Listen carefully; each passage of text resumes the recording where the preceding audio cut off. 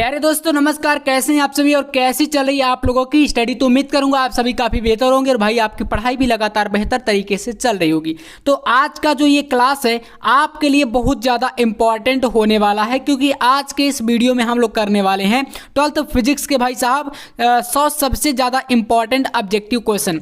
और आज के इस वीडियो को अगर आप देख लोगे ना तो ऑब्जेक्टिव से रिलेटेड बोर्ड एग्जाम तक कोई अदर वीडियो देखने की जरूरत आपको बिल्कुल नहीं पड़ेगी। तो इसलिए कह रहा हूं कि इस क्लास को पूरा आप लोग अंत तक जरूर देखिएगा, हर क्वेश्चन का आपको आंसर मिलेगा। कह सकते हैं कि जाओ आपका बहुविकल्पीय प्रश्न है ना, इसका भाई महा मैराथन ये वीडियो होने वाला है, ठीक है ना।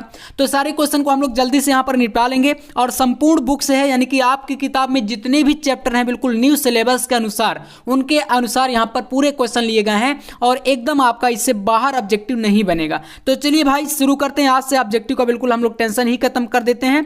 तो फर्स्ट क्वेश्चन देखो आपके सामने दिया गया है, जल्दी से हम लोग करेंगे क्योंकि भाई अगर मैं आपको यहाँ पर ऑप्शन पढ़ता रहूंगा तो ज़्यादा टाइम वेस्ट होगा। तो यहाँ पर डायरेक्ट क्वेश्चन और उसका आंसर हम लोग जानने वाले हैं।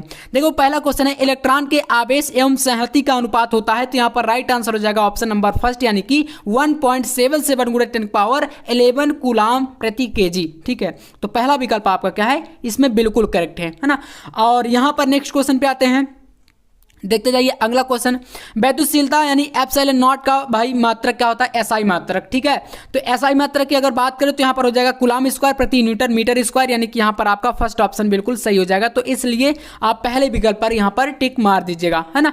तो एक क्वेश्चन देखो, मात्रक से रिलेटेड जितने भी क्वेश्चन होते हैं भाई ये ज्यादा बोर्ड एग्जाम के लिए इंपॉर्टेंट होते हैं, ऐसे क्वेश्चन काफी बार बने हैं, है ना। तो जरूर कर लेना और मुझे कॉमेंट करके बताना कि भैया 100 क्वेश्चन आपने कराए हैं, 100 में से मेरा कितना सही गया है, यानी कि हमारा स्कोर कितना रहा है। 100 में से मान लो 60, 50, 70, 80, 90, 100 या 100 में 100, यानी जितने भी आपके सही रहे कमेंट करके जरूर बताना और इस क्लास को पूरा देख करके जाना। ठीक है, पूरा चैलेंज कर रहा हूं कि अगर आप इसमें 100 में से 100 कर लोगे ना तो बोर्ड एग्जाम में ऑब्जेक्टिव से एक भी क्वेश्चन नहीं गलत होगा, ये मेरी गारंटी है। फिजिक्स का आज का ये क्लास है, बाकी ऑब्जेक्टिव के ऊपर आपका एक एक वीडियो ऐसे ही आएगा हर एक सब्जेक्ट में जिससे बाहर आपके क्वेश्चन नहीं आएंगे, लेकिन हाँ वीडियो थोड़ा लॉन्ग रहेंगे। चलिए तो अगला क्वेश्चन देखिए, नंबर 3 कह रहा है, दो समान आवेश जिसमें क्यू क्यू को जोड़ने वाली रेखा के मध्य बिंदु पर एक आवेश क्यू डैश रख दिया जाता है। यहां पर क्या भाई, ये क्यू डैश है, यहां पर समझिएगा रख दिया जाता है। तो यदि तीनों आवेशों का निकाय संतुलन में हो तो क्यू डैश का मान कितना होगा। तो राइट आंसर यहां पर आप लोग लगा दीजिएगा, क्यू डैश का जो मान होगा वो हो जाएगा -q/4। ठीक है, यानी ऑप्शन नंबर सेकंड आपका इसमें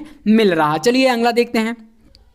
नेक्स्ट क्वेश्चन देखो, कह रहा है आपके पास +1 माइक्रोकूलम तथा +4 माइक्रोकूलम के दो आवेश एक दूसरे से कुछ दूरी पर वायु में स्थित हैं और उन पर लगने वाले बलों का अनुपात कितना होगा। तो देखो बलों का अनुपात कितना होगा, यहाँ पर आपके सामने ऑप्शन दिए गए जिसमें राइट आंसर चूज करना है। तो भाई लगा दो आप लोग यहाँ पर ऑप्शन नंबर थर्ड, यानी कि 1:1, यानी कि दोनों का रेशियो कितना भाई, 1:1 का। ठीक है ना, तो इसलिए यहाँ पर आपका तीसरा ऑप्शन सही हो जाएगा। नंबर 5 क्वेश्चन पे आते हैं भाई, यहां पर कह रहा है कि 8 कूलाम ऋण आवेश में उपस्थित इलेक्ट्रॉनों की संख्या बताओ। देखो 8 कूलाम ऋण आवेश, तो ऐसा जब क्वेश्चन आएगा तो आपको बताना है कि उपस्थित इलेक्ट्रॉन कितने होंगे। तो इसमें आप 8 में क्या करना है भाई, 8 में डायरेक्ट आप भाग करा देंगे 1.6 × 10⁻19 कूलाम का। ठीक है, तो जब इतना भाग कराएंगे तो पहला जो ऑप्शन है वो आपका राइट हो जाएगा, यानी 5 × 10⁻+19 आपका जो है इसका राइट आंसर हो जाएगा। ठीक है, तो ये जो इस टाइप का क्वेश्चन कई बार बोर्ड एग्जाम में पूछा गया, तो जरूर करके जाना। नंबर 6 देखो मोस्ट इंपॉर्टेंट क्वेश्चन है सारे के सारे, एक भी मिस मत करना। एक वर्ग के दो विपरीत कोनों पर आवेश क्या है भाई, क्यू है, यानी क्यू रखे गए हैं। तो यहां पर देखो ये क्यू जो है भाई कैपिटल लेटर में है। फिर कह रहा है कि दूसरे दो विपरीत कोनों पर स्मॉल क्यू रखेगा। यहाँ पर देखो दोनों में फर्क ये है, और समझिएगा अच्छे से क्वेश्चन को। यदि किसी कैपिटल क्यू को बोल रहा है कि क्यू पर नेट विद्युत बल 0 हो तो कैपिटल क्यू बटे स्मॉल क्यू का मान कितना होगा या इसके बराबर कौन होगा। ठीक है, तो यहाँ पर आपका सेकंड विकल्प कह रहा है -2/√2, ये बिल्कुल सही आंसर हो जाएगा। ठीक है, दूसरा विकल्प ये वाला कर लो। चलिए नेक्स्ट देखते हैं अगला क्वेश्चन। वैद्युत क्षेत्र की तीव्रता का मात्रक भाई साहब कितना हो जाएगा। वैद्युत क्षेत्र की तीव्रता का मात्रक होता है न्यूटन प्रति कूलाम। ठीक है, यानी कि E बराबर आपने क्या पढ़ा है भाई, फार्मूला F/Q पढ़ा था। तो बस इसी के अनुसार F यानी कि न्यूटन, यानी कि इसका बल का मात्रक न्यूटन और कूलाम यानी आवेश के लिए हो गया। ठीक है, अगले क्वेश्चन पे आते हैं। कह रहा है कि निम्न में से कौन सा वैद्युत क्षेत्र का मात्रक नहीं है। तो वैद्युत क्षेत्र का मात्रक इनमें से कौन सा नहीं है, तो आपका हो जाएगा जूल प्रति कूलाम। ठीक है, जूल प्रति कूलाम, ये विभव का हो जाएगा। अगला क्वेश्चन देखते हैं। वैद्युत विभव का मात्रक बताओ कौन सा है, तो वैद्युत विभव का मात्रक यहाँ पर जूल प्रति कूलाम, यानी कि आपने पता ना V बराबर पढ़ा है W/Q, ऐसे पढ़ा था ना। तो यही बस आपका, या इसी को वोल्ट भी बोलते हैं, याद रखिएगा, वोल्ट भी इसी को बोला जाता है। तो पहला विकल्प यहाँ पर क्या है आपका, बिल्कुल करेक्ट हो जाएगा। और भाई इन क्वेश्चनों को यार तैयार करने मुझे पूरा 1 दिन का टाइम लगा, समझ लो पूरा हर एक क्वेश्चन को अलग अलग प्रकाशन की बुक से मैंने लिया है और जो NCERT है ना उससे मैंने सेलेक्ट किए हैं, क्योंकि ये क्वेश्चन देखो कई बार रिपीट हुए हैं। तो लगातार मैंने बता दूं आपको कि आप बिलीव नहीं करेंगे, 2019 से लेकर के 24 तक में जितने क्वेश्चन रिपीट हुए उन सभी को यहां पर मैंने सम्मिलित करा है, ठीक है ना, तो जरूर करके जाना। चलिए E बराबर 0 कह रहा है, तीव्रता वाले वैद्युत क्षेत्र में विभव V पर V का दूरी स्मॉल r के साथ परिवर्तन होगा। तो भाई यहां पर आपका ऑप्शन नंबर 4 सही है, इसको याद कर लेना। V r पर डिपेंड नहीं करेगा, यानी कि निर्भर ही नहीं करेगा, ठीक है ना। तो चौथा विकल्प क्या है आपका, यहां पर बिल्कुल सही है। बोलेंगे भैया हमारा यहां पर 10 नंबर तक का क्वेश्चन पूरा हमें आता है, कंप्लीट है ना। चलिए तो बढ़ते हैं नेक्स्ट क्वेश्चन पर, और इनका PDF भी मैं आपको प्रोवाइड कराऊंगा, आप लोग बने रहिएगा बिल्कुल। देखो, एक समान वैद्युत क्षेत्र वेक्टर E में रखे वैद्युत द्विध्रुव आघूर्ण वेक्टर P वाले वैद्युत द्विध्रुव को 90 डिग्री से घुमाने में कृत कार्य कितना हो जाएगा, यानी किया गया कार्य कितना होगा। तो यहाँ पर याद रखना आपका राइट आंसर हो जाएगा PE। देखो हमने पढ़ा था भाई, यहाँ पर जब वेक्टर फॉर्म में क्रॉस प्रोडक्ट होता है तो हमने पढ़ा था क्या, PE साइन थीटा, इस तरीके से आपने पढ़ा है। अब देखो PE साइन थीटा, भाई थीटा का वैल्यू तो यहाँ पर 90 डिग्री है, और जब 90 डिग्री होता है तो भाई साइन 90 डिग्री का वैल्यू कितना होता है, साइन 0 का मान 0 तो साइन 90 का मान 1।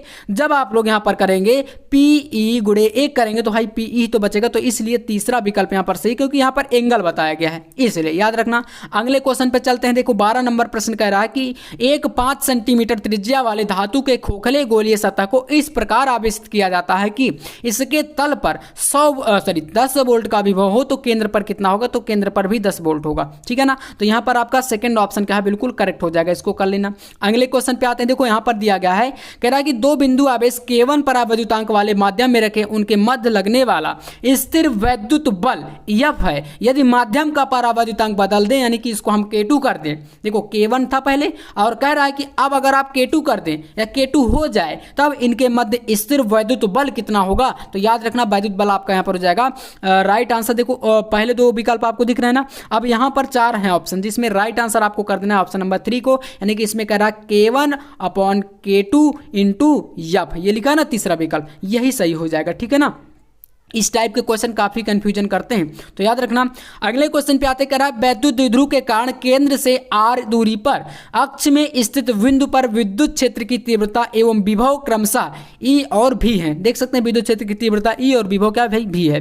तो कह रहा है E और V में संबंध क्या होगा, इन दोनों के बीच क्या रिलेशन होगा। तो यहाँ पर याद रखना ऑप्शन नंबर फर्स्ट जो कि दिख रहा है E बराबर V/R, यही रिलेशन होगा। तो पहला विकल्प आप लोग कर लीजिएगा, ठीक है। अगले क्वेश्चन पे आते हैं। कह रहा है कि किसी चालक में 3.2 एम्पियर की धारा प्रवाहित हो रही है, तो प्रति सेकंड प्रवाहित इलेक्ट्रॉनों की संख्या कितनी होती है, तो प्रति सेकंड 2 × 10⁻19, यहां पर ये इलेक्ट्रॉनों की संख्या यानी कि नंबर ऑफ इलेक्ट्रॉन, ठीक है ना, n का मान हो जाएगा।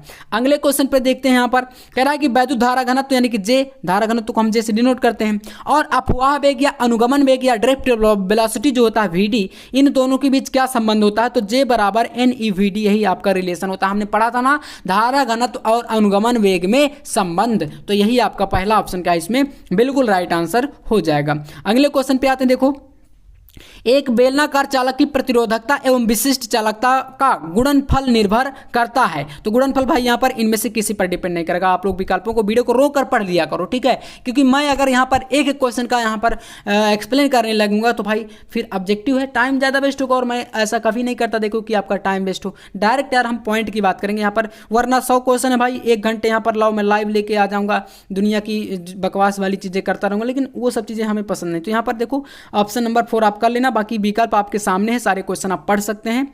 अगला क्वेश्चन कह रहा है यदि इलेक्ट्रॉन का अपवाह वेग या अनुगमन वेग Vd तथा विद्युत क्षेत्र की तीव्रता E हो, ठीक है ना, तो कह रहा है निम्नलिखित में से कौन सा संबंध ओम के नियम का पालन करता है। तो देख सकते हैं यहाँ पर कुछ रिलेशन दिखाए गए हैं, जैसे Vd क्या है, नियतांक है, Vd प्रोपोर्शनल E है। तो राइट आंसर यहाँ पर आपको चूज करना, तो आप लगा दीजिएगा Vd प्रोपोर्शनल टू E, यानी कि Vd यानी क्या है भाई सब अनुगमन वेग है, और E क्या है भाई विद्युत क्षेत्र की तीव्रता है। तो यही रिलेशन ओम के नियम का पालन करेगा। चलिए नेक्स्ट क्वेश्चन कह रहा है 500 प्रतिरोध, 500 ओम प्रतिरोध, यहाँ पर ओम यार नहीं लगा, ठीक है, तो आप लगा लीजिएगा इस तरीके से, है ना।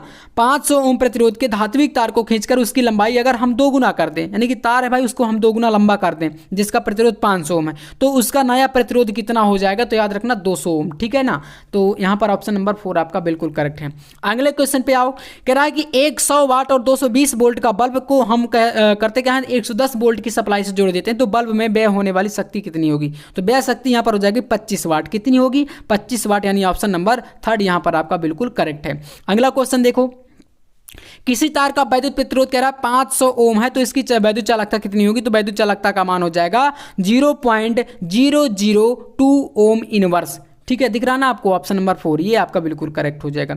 अगला देखो, कह रहा है कि 2 प्रतिरोध R और 2R एक विद्युत परिपथ में समांतर क्रम में जोड़े गए हैं, समांतर क्रम यहाँ पर याद रखना, तो R तथा 2R उत्पन्न ऊष्मीय ऊर्जा का अनुपात कितना होगा, तो अनुपात का वैल्यू हो जाएगा 2:1, ठीक है ना, सेकेंड ऑप्शन, इसको कर लेना आप लोग, ठीक है। अगला क्वेश्चन देखो, यहां पर कह रहा है कि गतिशील आवेश उत्पन्न करते हैं, गतिशील आवेश क्या उत्पन्न करता है भाई, तो गतिशील आवेश जो है उत्पन्न करता है यहां पर केवल और केवल चुंबकीय क्षेत्र, क्या उत्पन्न कराता है, चुंबकीय क्षेत्र, ठीक है। तो सेकंड विकल्प क्या है भाई, दूसरा ऑप्शन आपका सही है। 24 नंबर देखो, एक चुंबकीय क्षेत्र उत्पन्न किया जा सकता है कैसे, तो यहाँ पर याद रखना, यहाँ पर पहला और विकल्प देख रहे हैं आपके सामने दिया गया है, केवल गतिमान आवेश द्वारा, केवल बदलते वैद्युत क्षेत्र के द्वारा, तो भाई यहाँ पर आपका अगला है इनमें से किसी के द्वारा, यानी किसी के द्वारा उत्पन्न तो नहीं किया जा सकता, तो इसलिए इन दो में से कोई एक सही हो जाएगा। तो यहाँ पर तीसरा विकल्प आप देख रहे हैं, फर्स्ट तथा सेकंड दोनों के द्वारा नहीं, तो इनमें से किसी के द्वारा नहीं, तो इसलिए तीसरा ऑप्शन पे आपको टिक कर देना है, ठीक है। तो चलिए नेक्स्ट क्वेश्चन 25 नंबर पे आते हैं। देखो, चुंबकीय क्षेत्र की तीव्रता का मात्रक क्या होता है, बताओ, चुंबकीय क्षेत्र की तीव्रता का मात्रक, तो ये भाई साहब आपका होता है यहाँ पर वेबर प्रति मीटर स्क्वायर, क्या होता है, वेबर प्रति मीटर स्क्वायर, चुंबकीय क्षेत्र की तीव्रता का मात्रक, या टेस्ला बोल सकते हैं, ठीक है, इसको कर लेना।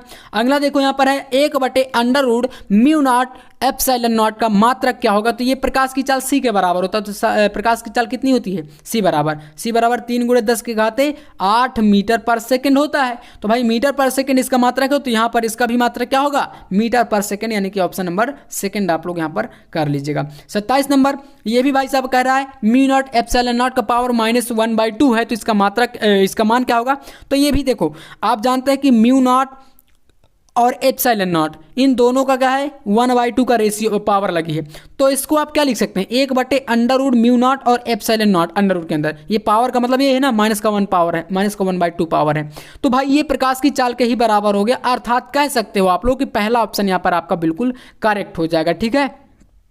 अगला देखो 28 नंबर, एक समान चुंबकीय क्षेत्र B में बल रेखाओं के समांतर एक इलेक्ट्रॉन जिसका आवेश E है वेग v से चलता है, तो इलेक्ट्रॉन पर लगने वाला बल कितना होगा, तो देखो इलेक्ट्रॉन पर जो लगने वाला बल होगा वो 0 होगा, ठीक है ना, आपका सेकंड विकल्प यहाँ पर बिल्कुल करेक्ट हो जाएगा, सेकंड, है ना।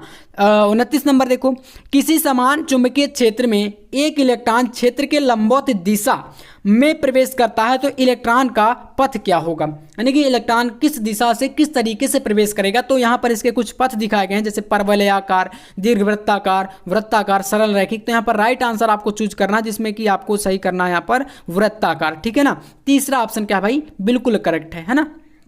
चलिए अगला क्वेश्चन देखो, यहाँ पर है चुंबकीय द्विध्रुव आघूर्ण का मात्रक, तो यहाँ पर एम्पियर मीटर स्क्वायर हो जाएगा, कौन सा हो जाएगा, एम्पियर मीटर स्क्वायर, यानी आपका ऑप्शन नंबर सेकंड बिल्कुल सही है। चुंबकीय आघूर्ण का मात्रक यहाँ पर कौन सा है भाई साहब, आपको लगाना है वेबर प्रति मीटर स्क्वायर, सॉरी यहाँ पर आपने गलत हमने किया है ना, कौन सा, देखो चुंबकीय आघूर्ण और द्विध्रुव आघूर्ण दोनों में यहाँ पर थोड़ा डिफरेंस है, तो एक का देखो यहाँ पर क्वेश्चन थोड़ा सा रिपीट हो रहा है ना, यहाँ पर कंफ्यूज मत होना। इसमें कह रहा है चुंबकीय द्विध्रुव आघूर्ण का मात्रक, तो यहाँ पर आपका सेकंड ऑप्शन लगाना है, ठीक है ना, एम्पियर मीटर स्क्वायर, और फिर चुंबकीय आघूर्ण का मात्रक पूछे तो यहाँ पर वेबर प्रति मीटर स्क्वायर, है ना। इसके बाद यहाँ पर 32 नंबर क्वेश्चन पे आते हैं। देखो कह रहा है कि यदि ई तथा एच क्रमशः विद्युत क्षेत्र और चुंबकीय क्षेत्र हैं, है ना, तो क्षेत्र की तीव्रता को प्रदर्शित करें तो E/H का मात्रक कितना हो जाएगा, ठीक है ना। तो यहाँ पर देखना चुंबकीय क्षेत्र की तीव्रता और एक है विद्युत क्षेत्र की तीव्रता, तो दोनों को अगर हम बटे में लिखें यानी E/H के रूप में लिखें तो भाई इनका मात्रक क्या होगा, तो मात्रक आपका यहाँ पर लगा देना है ऑप्शन नंबर यहाँ पर सेकेंड, ठीक है ना। ओम आपका सही हो जाएगा, ठीक है ना। देख सकते हैं एक एम्पियर भी है, वोल्ट भी है, जूल भी है, तो यहाँ पर ओम आप सही कर दीजिएगा, ठीक है। अगला देखो नेक्स्ट क्वेश्चन, इसमें कह रहा है कि वह पदार्थ जो किसी चुंबकीय क्षेत्र में रखने पर चुंबकीय क्षेत्र की विपरीत दिशा के में क्षीण चुंबकन प्राप्त कर लेता है, तो भाई उसको क्या बोलते हैं वैसे पदार्थों को, तो इसके बोलेंगे प्रतिचुंबकीय पदार्थ। क्या बोलेंगे, प्रतिचुंबकीय, यानी कि ऑप्शन नंबर फर्स्ट यहाँ पर बिल्कुल करेक्ट है। 34 नंबर क्वेश्चन देखो, डोमेन किस पदार्थ के बनते हैं, है ना, किस पदार्थ में बनते हैं, तो डोमेन भाई साहब यहाँ पर बनते हैं लौह चुंबकीय, ठीक है ना। अगला क्वेश्चन 35 नंबर, वह कौन सा चुंबकीय पदार्थ है जो बाह्य चुंबकीय क्षेत्र का विरोध करता है, ऐसा कौन सा चुंबकीय पदार्थ है ना, तो यहाँ पर हो जाता है प्रतिचुंबकीय, पहला विकल्प आपका बिल्कुल यहाँ पर करेक्ट हो जाएगा। 36 नंबर क्वेश्चन देखो, कह रहा है कि प्रेरित वैद्युत धारा की दिशा का पता चलता है, प्रेरित वैद्युत धारा की दिशा का पता भाई लेंज के नियम से, लेंज का नियम आपने पढ़ा रखा है, ठीक है, तो पहला विकल्प आपका सही, बाकी हम लोग यहाँ पर नहीं देखेंगे। अब देखो लेंज का नियम किसके संरक्षण के सिद्धांत के अनुरूप उत्पन्न होता है, यानी कि किसके सिद्धांत पर कार्य करता है, तो राइट आंसर लगाएंगे ऊर्जा संरक्षण, ठीक है ना, तीसरा विकल्प ऊर्जा संरक्षण। अगला क्वेश्चन, लेंज के वैद्युत चुंबकीय फ्लक्स प्रेरण के नियमानुसार इसमें क्या सत्य है, तो यहाँ पर जो लेंज का नियम है वो क्या प्रदर्शित करता है, तो यहाँ पर राइट आंसर लगा देना ऊर्जा संरक्षण, कौन सा, ऊर्जा संरक्षण के सिद्धांत पर कार्य करता है। अगला क्वेश्चन, हेनरी बटे मीटर का मात्रक, हेनरी बटे मीटर किसका मात्रक है ये बताना है ना, तो देखना हेनरी बटे जो मीटर होता है वो भाई साहब यानी H/m ये होता है चुंबकशीलता का, किसका होता है, चुंबकशीलता का। हर एक क्वेश्चन का पूरा निचोड़ यहाँ पर लेके आया हूँ, आपको पूरे यूट्यूब पर कहीं भी कोई वीडियो देखने की जरूरत नहीं है। अगर इस क्लास को कर लोगे ना, भले आप ये सोचते हो कि यार छोटा चैनल है या कुछ ऐसा आपके दिमाग में अगर आता है तो उसको भाई निकाल दो आप लोग, क्योंकि यार टाइम वेस्ट करने का हमारे पास बिल्कुल समय नहीं है, हमें डायरेक्ट जो है क्वेश्चनों पर एकदम टूट पड़ना है ना। तो देखो यहाँ पर 40 नंबर क्वेश्चन, L बटे आर, यल का मतलब भाई साहब प्रेरण कुंडली है और आर आपका प्रतिरोध है ना, तो L बटे आर की विमा होगी जहां L प्रेरकत्व और आर आपका प्रतिरोध है, तो राइट आंसर यहां पर लगाएंगे M0L0T, ये आपका क्या है, इसकी बीमा है या बीमी सूत्र होगा, ऑप्शन नंबर 3। अगला देखो 41 नंबर, 10 ओम प्रतिरोध तथा 10 हेनरी प्रेरकत्व की एक कुंडली 50 वोल्ट की बैटरी से जोड़ी गई है, तो कुंडली में संचित ऊर्जा का मान क्या होगा, तो देखो कुंडली में जो संचित ऊर्जा हो जाएगी वो होगी 125 जूल की, कितनी होगी भाई, 125 जूल, यानी ऑप्शन नंबर पहला आपका सही है इसमें, ठीक है। बाकी विकल्प आप देख सकते हैं, बाकी हमें देखो मैंने बताया कि आपको राइट आंसर चूज करना है, ठीक है। अगला देखो 42 नंबर क्वेश्चन, कह रहा है कि एक वृत्तीय चालक कुंडली में जब धारा 2 एम्पियर से 18 एम्पियर 0.05 सेकेंड में बहती है, ये बढ़ती है, तो प्रेरित विद्युत वाहक बल यानी EMF 20 वोल्ट है अगर, तो कुंडली का स्वप्रेरकत्व कितना होगा बताओ, तो भाई कुंडली का जो स्वप्रेरकत्व है वो हो जाएगा 62.5 मिली हेनरी। देखो यहाँ पर भाई मिली हेनरी में दिया गया क्योंकि ये सेकंड में वैल्यू है।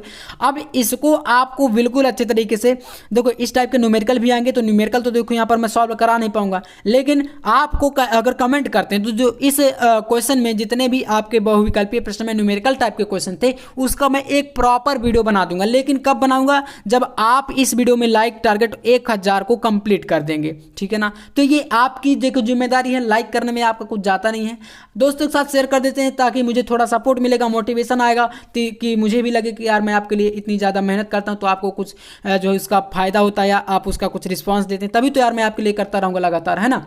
तो आप इतना करते जाइए। बाकी चलिए बढ़ते हैं अगले क्वेश्चन पर, आप जो बोलेंगे उस टॉपिक पर वीडियो आपको लगातार मिलता रहेगा। 43 नंबर क्वेश्चन देखिए, इसमें कह रहा है कि स्वप्रेरकत्व के मात्रक हेनरी के समतुल्य क्या होता है, हेनरी के बराबर क्या है, तो वोल्ट सेकंड प्रति एम्पियर, वोल्ट सेकंड प्रति एम्पियर, ये राइट आंसर हो जाएगा ऑप्शन नंबर सेकंड, ठीक है। 44 नंबर देखो, वोल्ट मीटर द्वारा मापे गए प्रत्यावर्ती धारा के मेंस का विभव अगर 200 वोल्ट है प्राप्त होता है, तो इस विभव का वर्ग माध्य मूल मान यानी कि रूट मीन स्क्वायर वैल्यू कितना होगा। तो देखो आपको क्या करना होता है, इसका फार्मूला होता है V बराबर V0 अंडर रूट 2 बटे में अंडर रूट 2, तो इसको आप फाइंड करेंगे तो यहाँ पर राइट आंसर आपका कौन सा निकल के आएगा, तो भाई आपका हो जाएगा 200 रूट 2, ठीक है। इसको कर लीजिएगा थोड़ा सा, बाकी मैं आपको इसको देखिए इस टाइप के न्यूमेरिकल में जल्द आपको लाने वाला हूँ। आपके सामने। तो प्रेरकत्व का मात्रक भाई हेनरी होता है ना, लेकिन यहाँ पर हेनरी नहीं दिएगा तो अलग टाइप से क्वेश्चन है। तो राइट आंसर यहाँ पर कौन सा हो जाएगा, तो ओम सेकंड आप लगाएंगे फिर, ठीक है, पहला विकल्प। देखो 46 नंबर क्वेश्चन, एक प्रत्यावर्ती धारा परिपथ में 8 ओम का प्रतिरोध 6 ओम प्रतिघात का प्रेरकत्व श्रेणी क्रम में लगे हैं, तो परिपथ की प्रतिबाधा कितनी होगी। तो परिपथ की जो प्रतिबाधा होगी वो राइट आंसर आपको यहाँ पर चूज करना है। तो लगा देंगे आप लोग 10 ओम, है ना, 10 ओम, ठीक है ना, दूसरा विकल्प।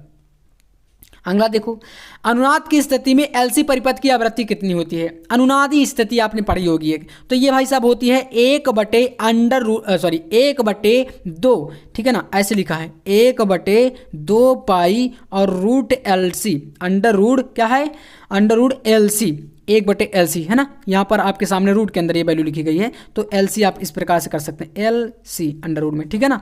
तो ये आपका तीसरा जो ऑप्शन है वो बिल्कुल करेक्ट है।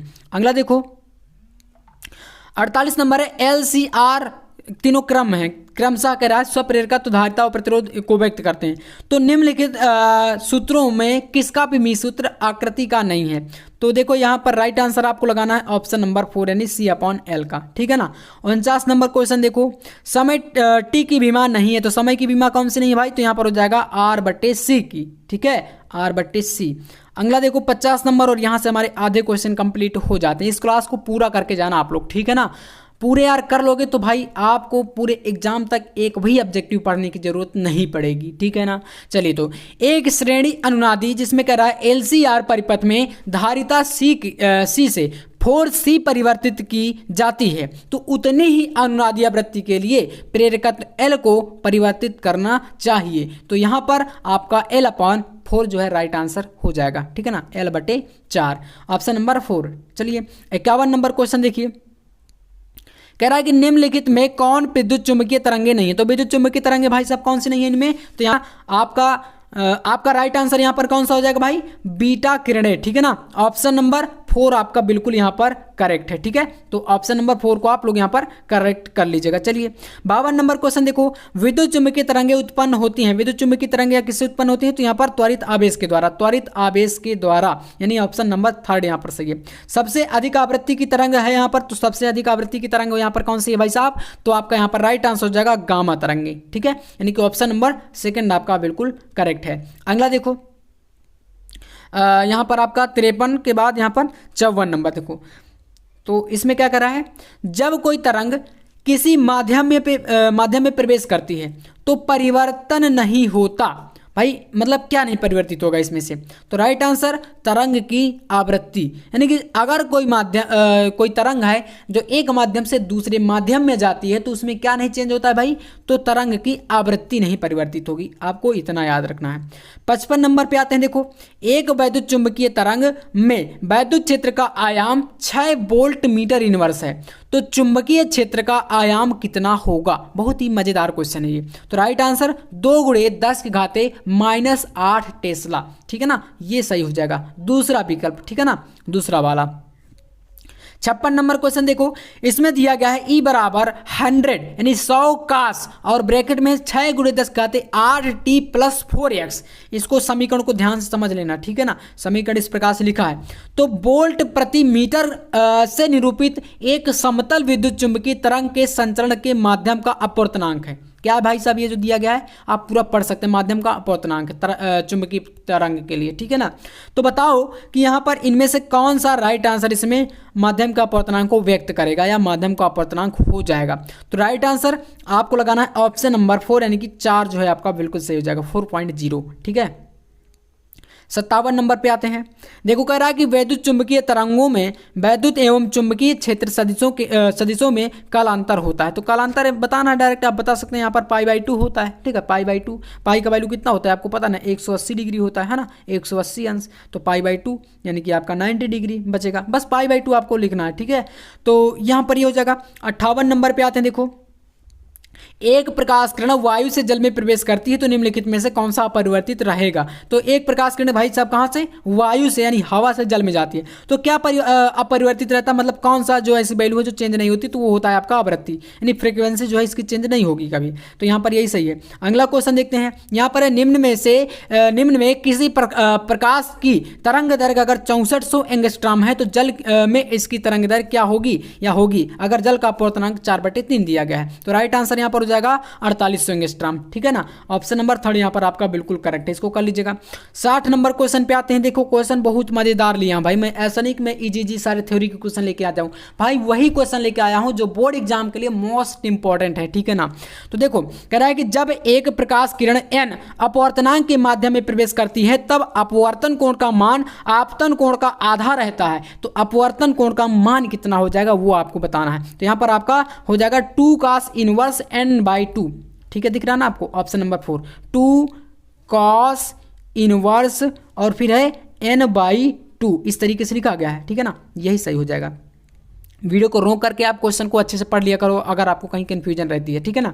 बाकी मैं यहाँ पर जल्दी से बढ़ा देता हूँ, तो ऐसा नहीं कि आपको कन्फ्यूजन रहे, वीडियो को रोक लिया करो। देखो कागज की सीट पर एक स्याही का धब्बा है, धब्बे के ऊपर 6 सेंटीमीटर मोटा 1.5 अपवर्तनांक का कांच का गुटका रख दिया गया है। तो धब्बे के प्रतिबिंब का विस्थापन कितना होगा ये बताना है आपको, ठीक है ना। तो राइट आंसर यहाँ पर लगा दीजिएगा ऑप्शन नंबर 2 यानी कि 2 सेंटीमीटर, ठीक है ना, 2 सेंटीमीटर बिल्कुल करेक्ट आंसर है। अगला क्वेश्चन देखो, यहाँ पर ये क्वेश्चन डबल हो गए हैं लेकिन नंबर डबल है, क्वेश्चन अलग अलग है, ठीक है। जैसे ये 61 नंबर है, ये भी 61 नंबर है, तो इसलिए अब 101 क्वेश्चन हो जाएंगे, एक और बढ़ गया, ठीक है ना। तो चलिए यहाँ पर कर लेना। नेक्स्ट क्वेश्चन देखो, कह रहा है कि जब एक प्रकाश किरण वायु से कांच में जाती है तो उसकी क्या नहीं बदलता भाई साहब उसका, तो वहां पर हो जाएगा तरंग दैर्घ्य क्या होता है, कम हो जाता है, ठीक है ना। तरंग दैर्घ्य क्या होता है भाई, कम हो जाती है, ठीक है ना। पहला विकल्प आपका सही हो यहाँ पर। 62 नंबर पे आओ। देखो इस टाइप का क्वेश्चन बहुत ज्यादा रिपीट होता है, ये बहुत मरा गिरा क्वेश्चन है। देखो यदि किसी उत्तल लेंस की लाल एवं पराबैंगनी प्रकाश के लिए फोकस दूरियां FR FV हैं। देखो लाल रंग के लिए FR का मतलब रेड है ना, लाल का मतलब क्या है भाई, रेड, और बैगनी के लिए भाई भी, यहाँ पर सफिक्स में लगा ना FV ऐसे करके, तो भी मतलब वाइटलेट या बैगनी। तो इस प्रकार से फोकस दूरियां दी गई हैं। तो अब बताओ तो हो तब क्या होगा यहाँ पर, तो राइट आंसर यहाँ पर लगाएंगे आपका FV लेस देन FR, यानी FV भाई साहब कम होगा इसका और FR क्या होगा, ज्यादा होगा, है ना। ये फोकस दूरी है इस प्रकार से अलग अलग रंगों के लिए। 63 नंबर देखो कह रहा है F फोकस दूरी का उत्तल लेंस 2F फोकस दूरी वाले अवतल लेंस के संपर्क में रखा जाता है तो संयुक्त लेंस की फोकस दूरी कितनी होगी। संयुक्त लेंस की फोकस दूरी हो जाएगी 2F प्लस का 2F, ठीक है, प्लस का 2F ऐसे, है ना। चलिए सेकंड नंबर सही है। अगला देखो 64 नंबर है, जल की सतह पर तेल की पतली परत बिछी हुई है, सूर्य के प्रकाश में इस सतह पर सुंदर रंग दिखाई देने का कारण बताइए। तो राइट आंसर यहाँ पर लगा दीजिएगा प्रकाश के व्यतिकरण के कारण ये सब होता है। तो भाई व्यतिकरण ही आपका इसका रीजन है, ठीक है, कारण पूछ रहा था, तो तीसरा विकल्प आपका सही है।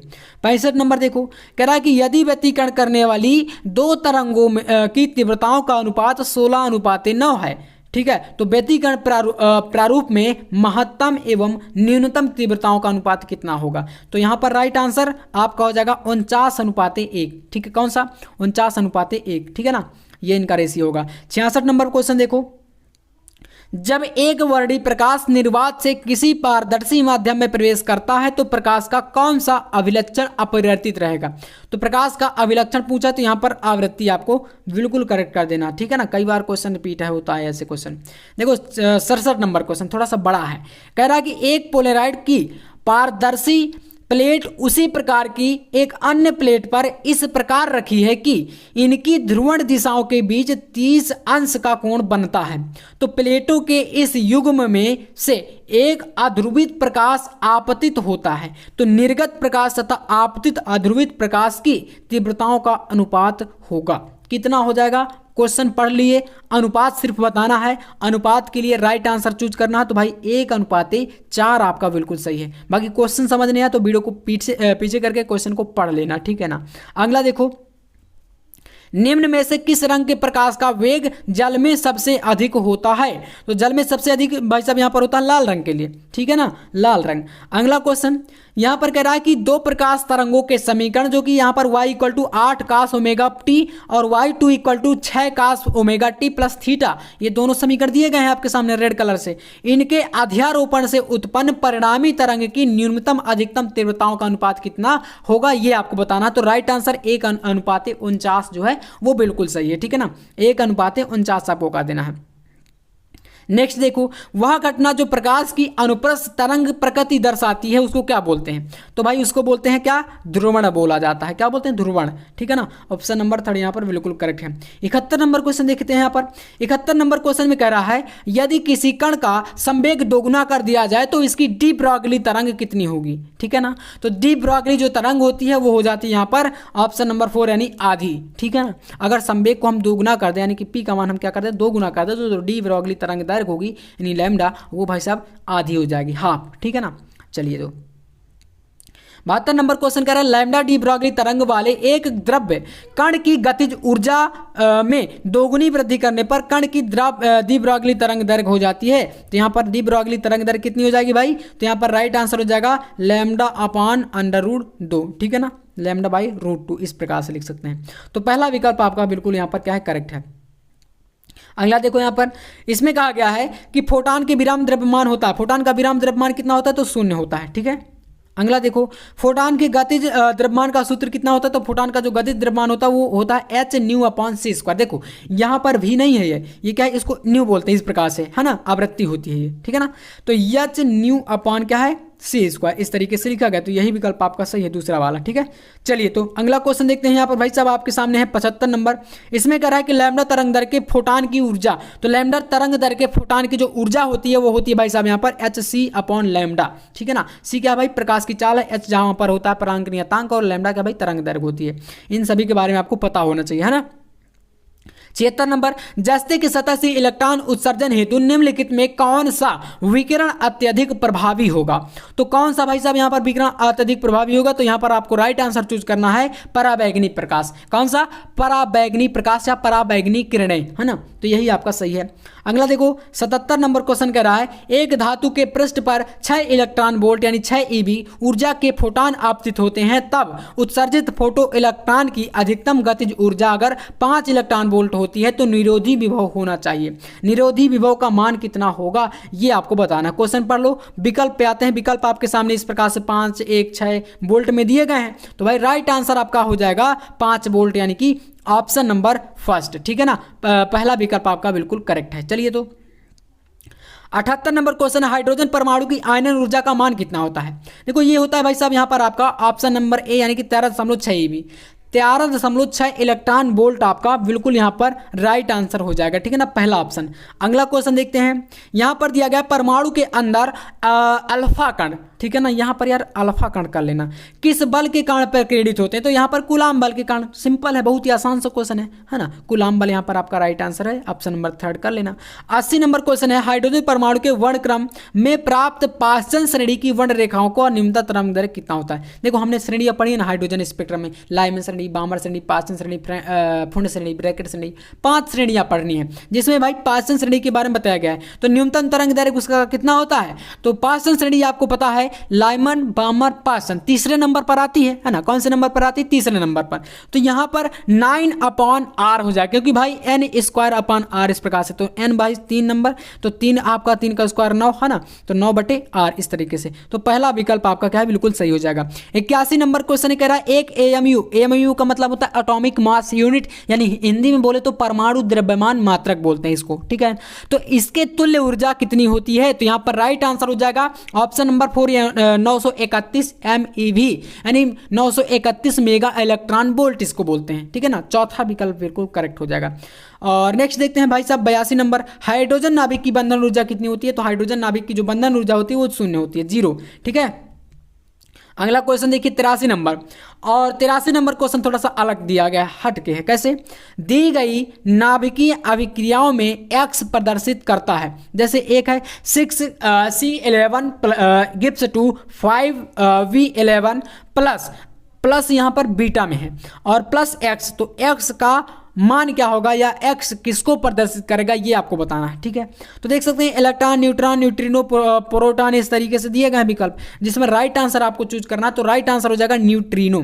ठीक है ना, एक्स किसको व्यक्त करेगा? न्यूट्रिनो को। ठीक है ना, चलिए तो 84 नंबर क्वेश्चन देखिए, एक नाभिक के विखंडन में 3.2 × 10⁻11 जूल ऊर्जा निकलती है, तो एक 16 किलोवाट बिजली घर के लिए कितने नाभिक प्रति सेकंड की आवश्यकता होगी? तो राइट आंसर यहां पर लगाएंगे 5 × 10⁻14। पहला विकल्प आपका बिल्कुल क्या है?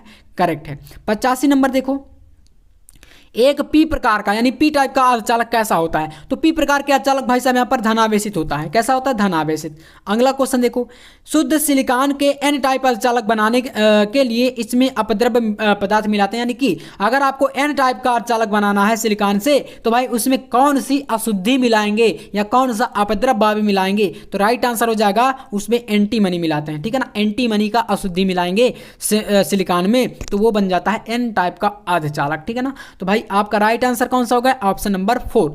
अगला देखो, एन टाइप अर्धचालक के वैद्युत चालन का कारण क्या होता है भाई? तो इसमें एन टाइप के जो अर्धचालक होते हैं इसमें वैद्युत चालन का कारण होता है इलेक्ट्रॉन। ठीक है ना, जो कि इलेक्ट्रॉन में ऋणावेश होता है, तो इलेक्ट्रॉन से ही क्या होता है? वैद्युत का चालन होता है। अब देखो, कोटर या होल बोलते हैं इनको, कोटर या छिद्र या होल आधिसंख्य आवेश वाहक होते हैं। ये किस में पाए जाते हैं? तो ये भाई साहब पी प्रकार के अर्धचालक में। एन प्रकार में क्या होता है? इलेक्ट्रॉन पाए जाते हैं, और पी प्रकार में क्या पाए जाते हैं? कोटर पाए जाते हैं। ये आप लोग याद रखिएगा, लास्ट चैप्टर है इलेक्ट्रॉनिक युक्तियां। ठीक है ना। 89 नंबर, पी प्रकार का अर्धचालक बनाने के लिए शुद्ध जर्मेनियम में मिलाया जाने वाला अपद्रव्य क्या होता है? तो उसमें भाई साहब एल्यूमिनियम मिलाते हैं। क्या मिलाते हैं हम लोग? एल्यूमिनियम। ठीक है ना, ऑप्शन नंबर 3। अगला देखो, अर्धचालक में वैद्युत चालन का कारण क्या होता है? तो अर्धचालक में भाई साहब वैद्युत चालन का कारण इलेक्ट्रॉन होते हैं। क्या होते हैं? इलेक्ट्रॉन तथा कोटर दोनों होते हैं। ठीक है, इलेक्ट्रॉन भी और कोटर भी। तो यहाँ पर आपका हो जाएगा ऑप्शन नंबर 3। ठीक है, तीसरा 91 नंबर, 0 केल्विन ताप पर शुद्ध अर्धचालक क्या होता है? तो 0 केल्विन ताप पर शुद्ध अर्धचालक जो होता है वो विद्युत रोधी होता है। कैसा होता है? विद्युत रोधी होता है। 92 नंबर को देखो, अर्धचालकों व चालकों की चालकता होती है, तो अर्धचालकों और चालकों की जो चालकता होती है वो भाई साहब ताप बढ़ने पर अर्धचालकों में बढ़ती है और चालकों में घटती है। यानी अर्धचालक में क्या होता है? ताप बढ़ाने पर बढ़ेगी और जो चालक होंगे उन पर क्या होगा? घटेगी। ये चीज याद रखना, तीसरा विकल्प आपका सही है। ठीक है, 93 नंबर क्वेश्चन देखो, निम्न में कौन सा कथन सत्य नहीं है? तो कथन सत्य नहीं है, आप इन कथनों को पढ़ लो, राइट आंसर चूज करना। तो हो जाएगा धातु का प्रतिरोध तापमान बढ़ाने पर कम हो जाता है। देखो, जब कह रहा है कि यहाँ पर कथन सत्य नहीं, तो ये सत्य नहीं है। अगर धातु का प्रतिरोध हमें बढ़ाना, तो अगर तार का तापमान या किसी धातु का तापमान बढ़ाएंगे तो प्रतिरोध भाई साहब बढ़ता है। यहाँ पर ऐसा नहीं है, कह रहा कम हो जाता है। ठीक है ना, तो ये आपका असत्य है, इसलिए यही विकल्प आपका राइट हो जाएगा। ठीक है ना। 94 नंबर देखो, पी टाइप चालक प्राप्त करने के लिए जर्मेनियम में थोड़ा सा अपद्रव्य मिलाया जाता है, उस अपद्रव्य की संयोजकता कितनी होती है? तो संयोजकता यहाँ पर 3 होती है। कितनी होती है? 3। ठीक है, इसको कर लेना। 95 नंबर देखो, पीएन संधि डायोड के अवक्षय परत में होते हैं, तो अवक्षय परत में भाई ना तो इलेक्ट्रॉन होते हैं और ना ही कोटर होता है, इसलिए आपका हो जाएगा ऑप्शन नंबर 4। चौथा विकल्प आपका सही है ना, ना ही इलेक्ट्रॉन और ना ही कोटर। 96 नंबर क्वेश्चन देखो, कह रहा है एक अर्धचालक डिवाइस एक बैटरी तथा प्रतिरोध के साथ श्रेणी क्रम में संयोजित है, परिपथ में धारा प्राप्त होती है यदि बैटरी की ध्रुवता उलट दी जाए, यानी उल्टा कर दें, जस्ट अपोजिट, है ना, तो परिपथ की धारा लगभग 0 हो जाती है। डिवाइस युक्ति की हो सकती है। कैसी हो सकती है? तो विकल्प आप चलिए देखिए यहाँ पर, शुद्ध अर्धचालक, पी टाइप अर्धचालक, एन टाइप अर्धचालक या पीएन संधि डायोड। तो राइट आंसर आपको लगाना है तो हो जाएगा पीएन संधि डायोड, है ना। चौथा विकल्प आपका सही है। देखो नेक्स्ट क्वेश्चन कह रहा है कि अर्धचालक में संयोजकता बैंड एवं चालन बैंड के बीच ऊर्जा अंतराल लगभग कितना होता है? तो ये होता है 1 इलेक्ट्रॉन वोल्ट, यानी 1 EV। अगला क्वेश्चन देखो, एक यहाँ पर डायग्राम दिखाया गया कि कह रहा है कि प्रदर्शित पीएन संधि डायोड में कौन सा अग्र अभिनत है? देखो यहाँ पर पहला, दूसरा, तीसरा, चौथा, 4 ऑप्शन दिए गए हैं, जिसमें बताना है कि अग्र अभिनत कौन सा इनमें से। तो राइट आंसर चूज करना तो पहला वाला विकल्प। ठीक है ना, इसमें इस तरीके से दिखाएगा ना, सभी में 10-10 वोल्ट, 5 वोल्ट ऐसे जुड़े हैं, लेकिन ये क्या भाई? अग्र अभिनत में है, क्योंकि अगर आप देखें तो ये इसका बनावट यहाँ पर कैसा है? इस तरीके से, ऐसे, है ना, बाकी के सारे इधर की तरफ ये हैं, है ना, तो ये अग्र अभिनत दिखाया जाएगा। ठीक है ना। अगला देखो, 99 नंबर क्वेश्चन कह रहा है कि एक आदर्श पीएन संधि के अग्रदेशिक बायस एवं पश्चदेशिक बायस दशा में प्रतिरोध क्रमशः कैसे होते हैं? तो ये आपके होते हैं 0 एवं अनंत में। ठीक है ना, चौथा विकल्प। और लास्ट क्वेश्चन है प्यारे दोस्तों, चालन एवं संयोजी बंड में ऊर्जाओं का अंतर कितना होता है? तो ये होता है चालकों में न्यूनतम होता है। ठीक है, तो भाई आज के इस वीडियो में पूरे मैंने कितने कराए? पूरे के पूरे आपको मैंने कराए हैं 100 ऑब्जेक्टिव क्वेश्चन। और ये वीडियो आपको कैसा लगा कमेंट में जरूर बताना।